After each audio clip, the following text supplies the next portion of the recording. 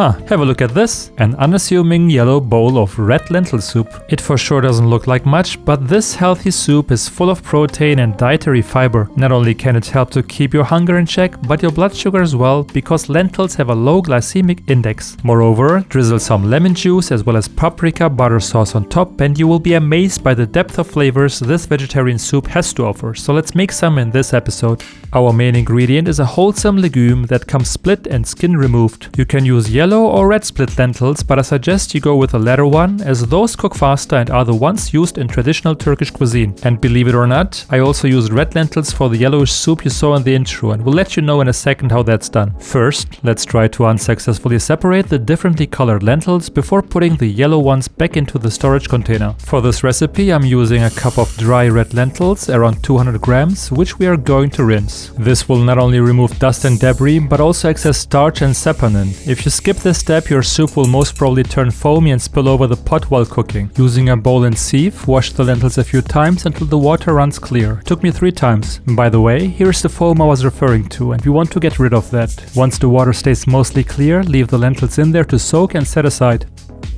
Now let's peel and quickly chop the onion. I like to use this single strike cutting method, for it is much faster and doesn't tear up my eyes. Once chopped, transfer into a large enough pot and slightly caramelize in a tablespoon of extra virgin olive oil. Extra virgin olive oil is highly recommended here. It will not only add a subtle Mediterranean flavor into our red lentil soup, but also is known for its heart-healthy fats and anti-inflammatory properties. Sprinkle some salt on top, which will help to dehydrate the onion, and saute over medium, better medium-low heat for 5 to 10 minutes till slightly brown. While that cooks, put 4 cups or a liter of water to boil in your kettle. We will need it in a few minutes. Make some space in the middle of the pot and add a half teaspoon of ground turmeric, which will provide our soup with its bright yellow color. Moreover, 1 teaspoon of ground cumin for some oriental flavor. Wake them up for 30 seconds, mix well, and add 2 teaspoons of tomato paste and saute for a minute. This stuff is mostly sugar, so be careful and don't scorch it. Some fond is great and will add a bunch of depth to our soup, but we want to avoid bitter, burnt notes in our lentil soup.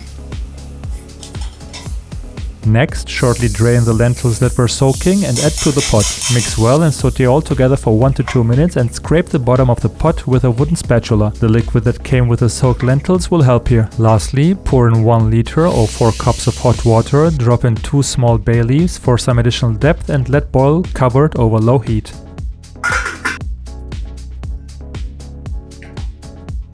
10 to 15 minutes later, the lentils should be mashable, which means they're ready for your immersion blender. But before that, we want to add a teaspoon of salt, which is my preference for 1 liter of water. If you use stock instead of water, which usually comes salted, please skip this step. Also, make sure to remove the bay leaves before we grab our blender and turn off the stove.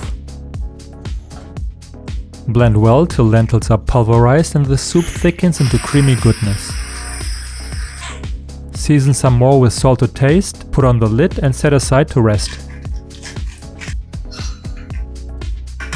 While the lentils are doing their thing, let's take a detour to Flavor Town. In a saucepan, melt 2 tablespoons of butter until it begins to sing. That's our cue. Sprinkle in a teaspoon of paprika powder, immediately turn off the heat and give it a good swivel. We want to make sure that the paprika is evenly distributed in that luscious butter.